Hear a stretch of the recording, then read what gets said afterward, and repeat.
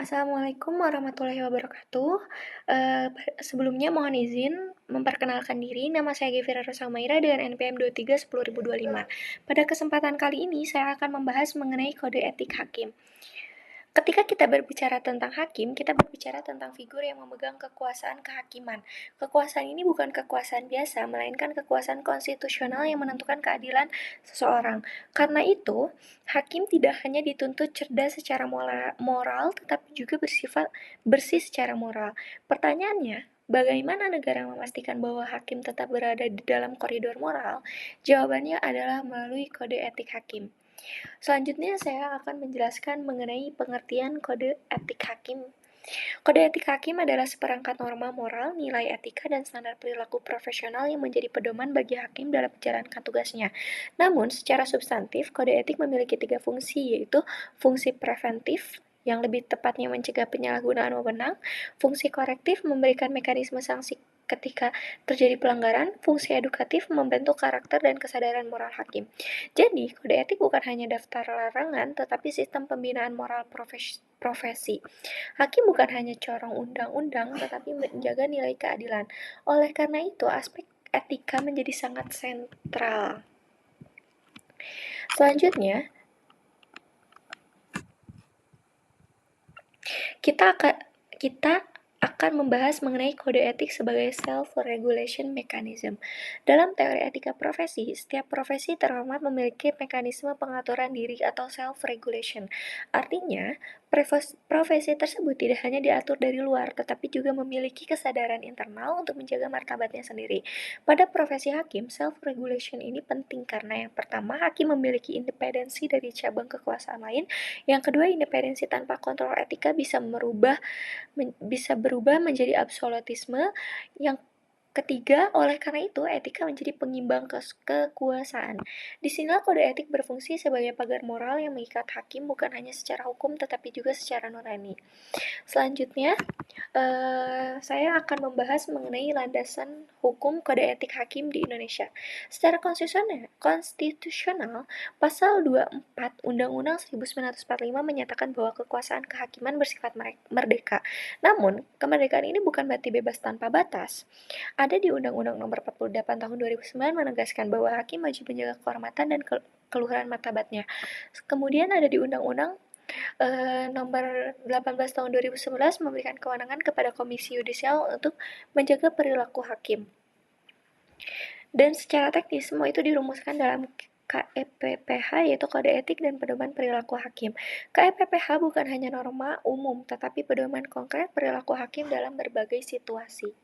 Selanjutnya,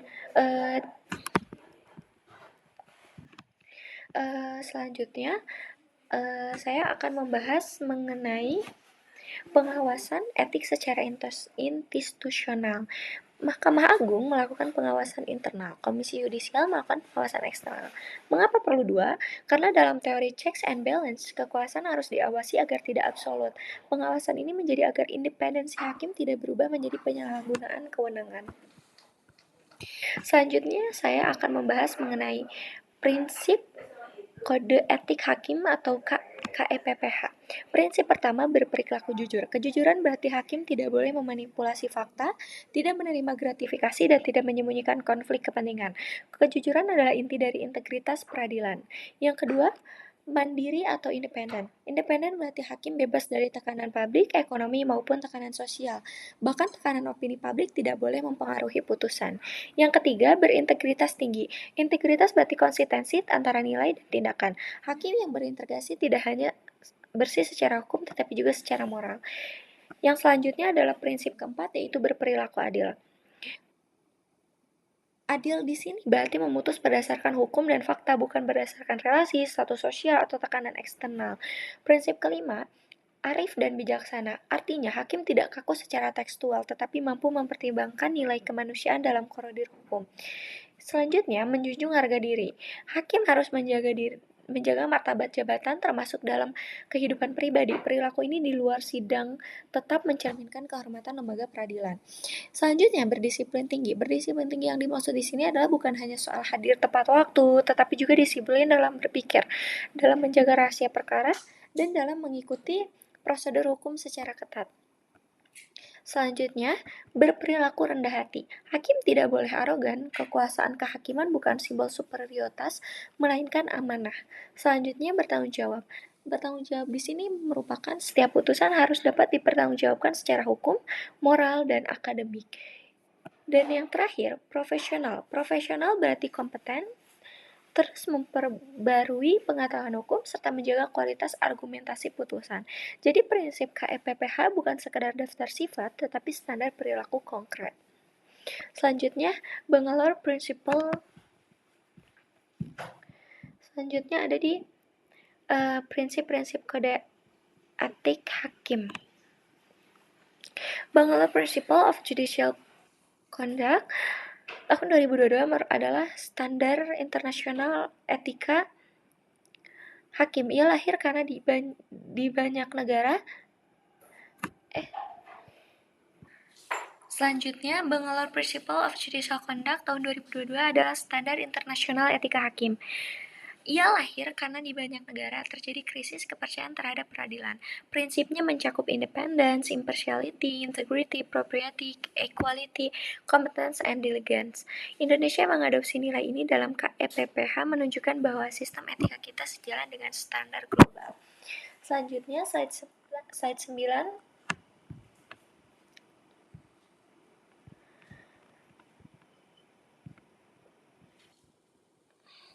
Slide 9. Ada kode etik hakim dalam perspektif teori etika. Pada slide ini disebutkan 3 pendekatan etika kebajikan, yaitu deontologi dan utilitarianisme. Yang pertama, perspektif etika kebajikan. Dalam pendekatan Aristoteles, yang terpenting bukan hanya aturan, tetapi karakter atau virtue. Seorang hakim harus memiliki kebijaksanaan, keadilan, pengendalian diri, kejujuran. Dalam perspektif ini, kode etik bukan hanya pedoman tertulis, tetapi sarana pembentukan karakter hakim.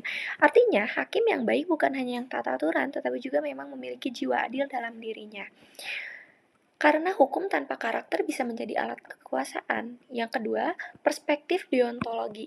Dalam teori deontologi, seperti yang dikemukakan oleh Immanuel Kant, moralitas didasarkan pada kewajiban. Hakim memiliki kewajiban moral untuk bersikap adil, tidak menerima gratifikasi, tidak memihak, dan tidak menyalahgunakan wewenang. Dalam teori ini, suatu tindakan tetap dianggap salah meskipun menghasilkan akibat yang baik jika melanggar kewajiban moral. Contohnya, hakim tidak boleh memutus berdasarkan tekanan massa walaupun demi ketertiban umum jika itu melanggar hukum. Ini sangat relevan dengan sistem peradilan modern. Yang ketiga, perspektif utilitarianisme. Utilitarisme seperti Jeremy Bentham menilai tindakan berdasarkan manfaat terbesar bagi masyarakat. Dalam konteks hakim, ini berarti putusan sebaiknya mempertimbangkan dampak sosial. Namun pendekatan ini memiliki batas. Hak individu tidak boleh dikorbankan demi kepentingan mayoritas. Karena itu dalam praktik peradilan modern, pendekatan deontologis dan prinsip hak asasi lebih diutamakan. Dari perspektif filosofis ini, kita bisa melihat bahwa kode etik bukan hanya aturan administratif, tetapi memiliki fondasi moral yang dalam. Selanjutnya kita masuk pada ruang lingkup pengaturan kode etik hakim. Ruang lingkup pengaturan kode etik hakim di dalam materi yang saya lampirkan ini tuh ada 4. Yang pertama, dalam hubungan dengan para pihak, yaitu lebih tepatnya hakim harus bersikap imparsial, tidak berkomunikasi sebagai ex parte communication, tidak menunjukkan sikap yang merendahkan atau memihak, karena interaksi sekecil apapun bisa menimbulkan persepsi ketidakadilan. Yang kedua, dalam hubungan dengan sesama hakim dan aparat peradilan, hakim harus menjaga profesionalisme, tidak menyalahgunakan jabatan untuk mempengaruhi kolega, dan tidak menciptakan konflik internal. Solidaritas peradilan harus dibangun di atas etika, bukan kepentingan kelompok. Yang ketiga, dalam kehidupan sosial dan media, ini sangat-sangat relevan di era digital sekarang. Hakim harus berhati-hati dalam menggunakan media sosial, tidak boleh memposting hal yang dapat merusak citra independensi atau menunjukkan preferensi politik secara terbuka. Karena hakim bukan hanya pejabat publik, tetapi simbol netralitas hukum. Yang keempat dan yang terakhir, dalam aktivitas di luar kedinasan, hakim tetap terikat etika meskipun di luar jam kerja. Karena jabatan hakim melekat pada kepercayaan publik tidak mengenal jam kerja. Jika kode etik dilanggar dalam ruang lingkup tersebut, maka ada konsekuensi yang bisa dijatuhkan. Yang pertama, sanksi yang akan didapatkan itu yaitu teguran lisan untuk pelanggaran ringan yang tidak berdampak luas. Kedua, teguran tertulis, yaitu untuk pelanggaran yang lebih serius dan tercatat secara administratif. Yang ketiga, pemberhentian sementara jika pelanggaran berdampak besar terhadap integritas peradilan. Yang keempat, pemberhentian tetap untuk pelanggaran berat seperti menerima suap atau gratifikasi. Sanksi ini menunjukkan bahwa etika bukan sekedar norma moral, tetapi norma yang memiliki daya paksa. Karena tanpa sanksi, kode etik hanya menjadi simbol. Namun pertanyaannya, mengapa kode etik ini sangat penting bagi sistem peradilan? Maka pertanyaan itu akan dijawab di dalam slide ini, yaitu urgensi kode etik hakim. Ada beberapa alasan mendasar mengapa kode etik sangat penting. Yang pertama, menjaga independensi kekuasaan kehakiman.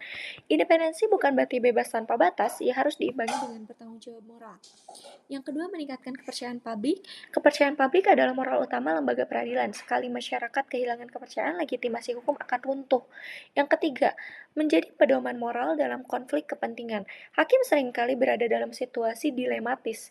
Kode etik menjadi kompas ketika hukum positif tidak cukup menjawab persoalan moral. Yang keempat, menjaga martabat lembaga peradilan. Peradilan adalah benteng terakhir pencari keadilan. Jika benteng ini runtuh, maka masyarakat kehilangan tempat berlindung secara hukum. Untuk memahami urgensi ini secara konkret, mari kita lihat contoh kasus ini. Dalam kasus ini yang saya lampirkan dalam materi PowerPoint yang sedang saya presentasikan ini, seorang hakim yang menangani sengketa tanah menerima sejumlah uang dan fasilitas perjalanan dari salah satu pihak. Meskipun secara formal terlihat netral, putusan akhirnya memenangkan pihak tersebut. Kasus ini memperlihatkan satu hal penting, pelanggaran etika tidak terlalu terlihat di ruang sidang, tetapi bisa di balik layar. Dan ketika itu terungkap, dampaknya bukan hanya pada hakim tersebut, tetapi pada citra seluruh lembaga peradilan. Selanjutnya di sini saya akan membahas mengenai analisis singkat kasus ini. Yang pertama, tindakan hakim tersebut melanggar prinsip independensi, prinsip integritas, prinsip imparsialitas. Dari perspektif deontologi, menerima gratifikasi adalah pelanggaran kewajiban moral meskipun hakim merasa putusan sesuai hukum. Dari perspektif etika kebajikan, tindakan itu menunjukkan kegagalan karakter, dan dari sisi utilitarisme pun dampak sosialnya merusak kepercayaan publik. Artinya, dari berbagai sudut pandang etika, tindakan tersebut tidak dapat dibenarkan. Hakim tidak hanya harus adil, tetapi juga harus terlihat adil. Slide 15 adalah kesimpulan. Sebagai penutup, kita tarik kesimpulan dari seluruh pembahasan ini. Kode etik hakim adalah instrumen fundamental dalam menjaga kehormatan, independensi, dan profesionalitas peradilan. Ia memiliki dasar konstitusional, dasar yuridis, dan dasar filosofis. Kode etik bukan hanya aturan tertulis, tetapi refleks dari moralitas profesi hakim. Bagi kita sebagai mahasiswa hukum, memahami kode etik berarti memahami bahwa hukum tidak bisa dilepaskan dari etika. Karena tanpa etika, hukum kehilangan ruh keadilannya. Sekian dan terima kasih presentasi dari saya. Mohon maaf apabila ada kekurangan. Wassalamualaikum warahmatullahi wabarakatuh.